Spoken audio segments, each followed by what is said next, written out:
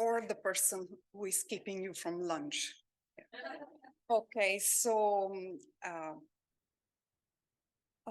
we start when we do aerosol experiments, or we want to study efficacy in aerosol.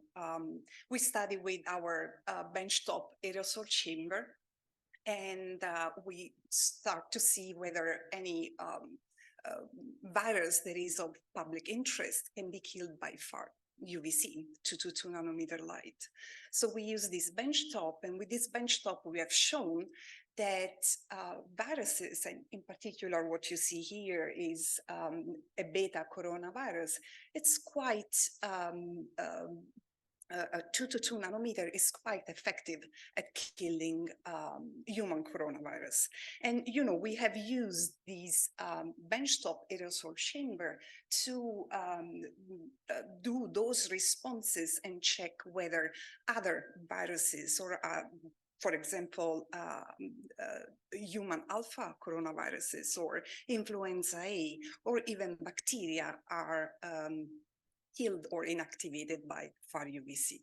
So we get, us and many other labs around the world confirm that Far-UVC is very good at killing viruses in air. So by now, you know this study very well.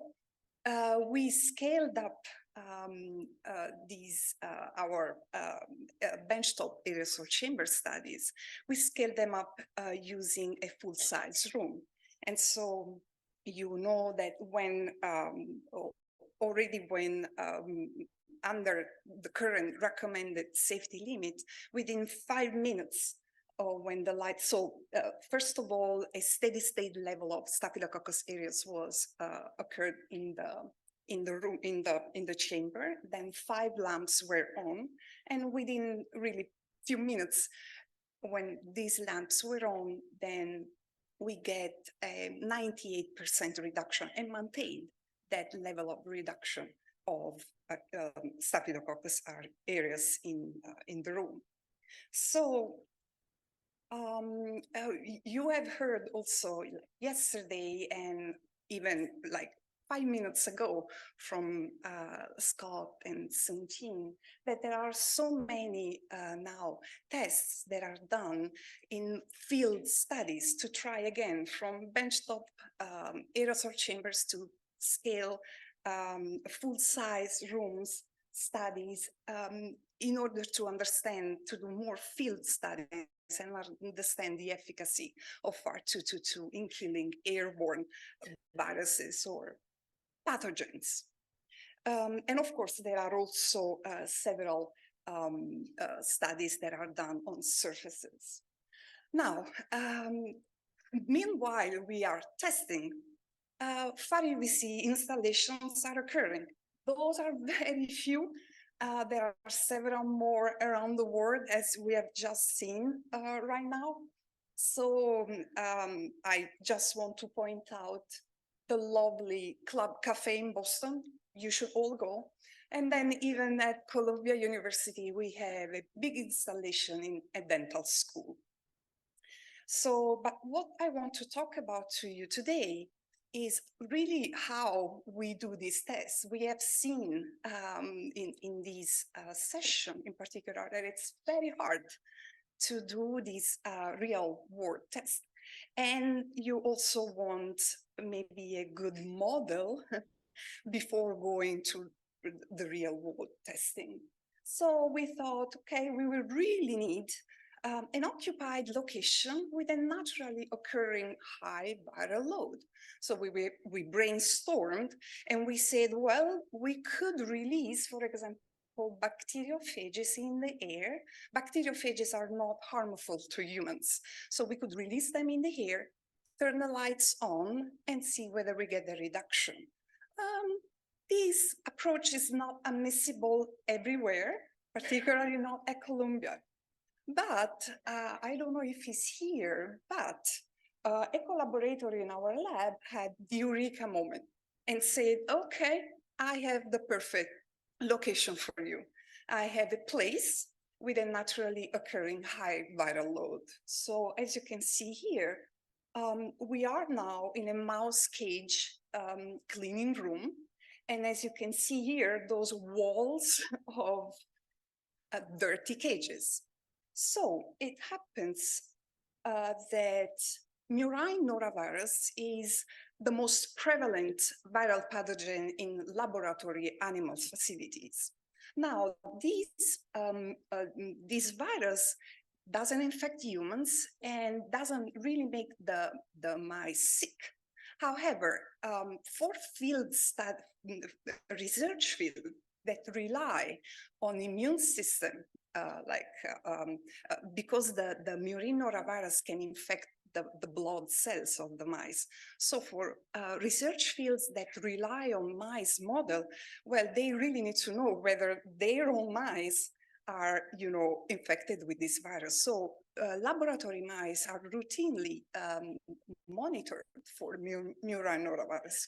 So even in our mouse facility, there was high prevalence of this virus. Now, when these mice are infected, they do contaminate the bedding, they do contaminate the cages. So when the husbandry staff, they do clean those cages. So imagine they take all these cages and then they just empty it in these white containers. So there is a lot of air movement going around. And so by fomite, you get lots of murine norovirus into the air again. So this was a perfect, an ideal place. So as we start, as we do for all our experiments, we said, okay, let's first try whether murine norovirus is susceptible to inactivation by 222 nanometer light, and that's the case. And we again went back to our aerosol benchtop aerosol chamber, and we showed that somewhat murine norovirus aerosolized in the chamber is inactivated by Far-UVC, and it seems to be kind of a conservative surrogate for other human viruses such as influenza and coronavirus. So we said, okay, we have a good rationale to use this room. We had positive results already using 2 lamps. And so we got at the end 4 lamps installed in the ceiling tiles of the room. You see one, like the room is not very big, but you see just one part of the room.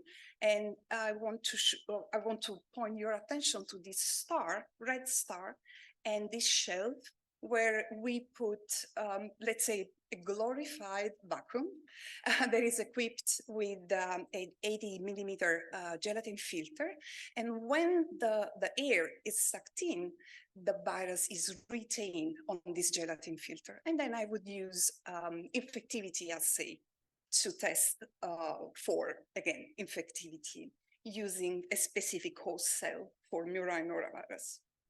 So this is the floor plan, and this is the star. So that's the shelf where you would see the air sampler, and the floor plan. So overlaid to this floor plan are the dosimetry done for the 4 lamps. And just to be give you a quick numbers about the dosimetry, we have a peak irradiance at 1.8 meter, or about 2.7 microwatt per centimeter square.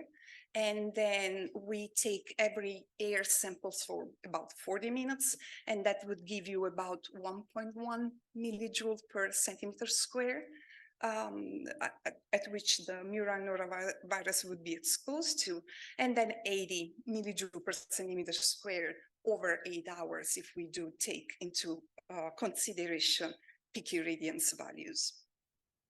So I'm here to show you that it worked. So by having the lamps on, we get a reduction in murine norovirus in the air by 400 fold. So of course, we know now that it's very important to look for air quality, and we started doing some of these measurements ourselves too. So we monitor air quality for 5 hours. We look at ambient ozone and also some particulate ambient particulates. So for the resolution that our monitor said, you can clearly see that when you have the lights on, you don't get much buildup of ozone or of PMs higher than 0.3 micron. However, the room is very, very well ventilated, which is, something that happens in real life. So it wasn't surprising to see that there wasn't a buildup of ozone or small particles. And then I'll skip these for the time, but I want to make sure to have the time to thank everybody who contributed to this work. And this is the Eureka guy. This is Norman Kleiman, who said, "Oh, I have the perfect room for you." I'll take any question.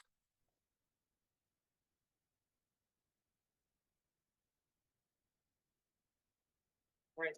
We have time for maybe 1 or 2 questions.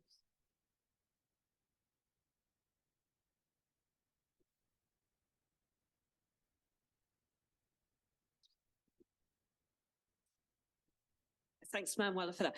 I'm just wondering, so the way the aerosol will be created in that room might be quite transient because it'll depend on the activities. And I wondered whether you accounted for that in how you sample in that environment.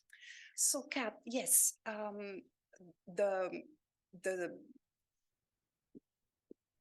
so we take these measurements while people are working. And we made sure, and the husbandry staff always has lunch from noon to 1. So we always make a point to get at least one sample at lunchtime all the time. And then we would also sample make our air samples with and without the Far-UVC in alternate weeks. So I would say,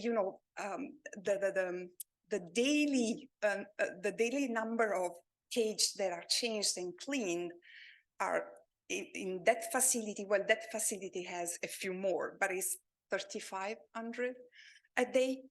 So they're always working until there is lunchtime.